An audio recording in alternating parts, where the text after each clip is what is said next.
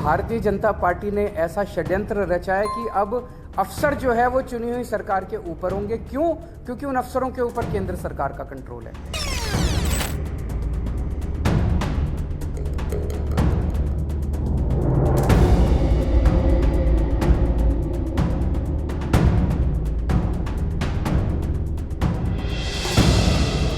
जनता सरकार चुनती है और उस सरकार को काम करने के सारे अधिकार होते हैं और वो सरकार, चुनी हुई सरकार, अफसरों के जरिए काम करती है। वो अफसर चुनी हुई सरकार को रिपोर्ट करते हैं। ये शायद दुनिया के इतिहास में पहली बार भारतीय जनता पार्टी ने ऐसा षड्यंत्र रचा है कि अब अफसर जो है वो चुनी हुई सरकार के ऊपर होंगे। क्यों? क्योंकि उन अफसरों के ऊपर केंद्र सरकार का कंट्रोल है। केंद्र सरकार उन अफसरों को कंट्रोल करती है, किसी को भी ट्रांसफर कर सकती है, किसी को सस्पेंड कर सकती है। कि अफसरों के ऊपर केंद्र सरकार का कंट्रोल है और अफसर जो है वो मंत्रियों के ऊपर बैठेंगे। तो जैसे किसी भी डिपार्टमेंट में मंत्री जो है वो अगर कोई आदेश देगा तो अफसर डिसाइड करेगा कि आदेश सही है कि गलत है।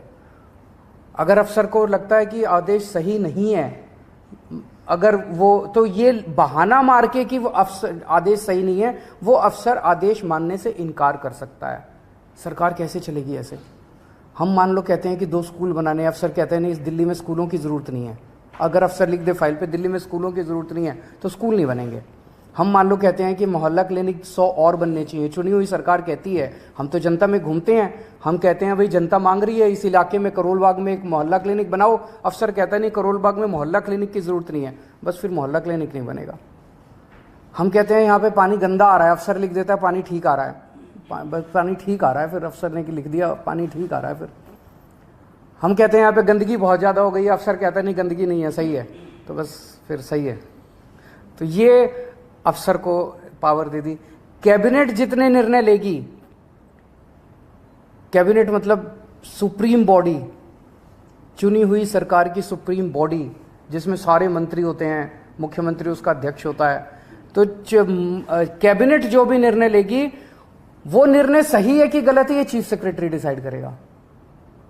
तो चीफ सेक्रेटरी डिसाइड करेगा कैबिनेट ने निर्णय सही लिया कि गलत लिया, और फिर वो एलजी को रिकमेंड करेगा। एलजी उस पे कैबिनेट के किसी भी निर्णय को पलट सकता है। ये तो संविधान में भी नहीं दे रखा कि एलजी किसी भी निर्णय को पलट सकता है। इन्होंने नया एक संविधान बदल दिया और ये अथॉरिटी बनाई है कि अथॉरिटी के अंदर मुख्यमंत्री बैठेगा, मुख्यमंत्री के सर पे 2 अफसर बैठेंगे।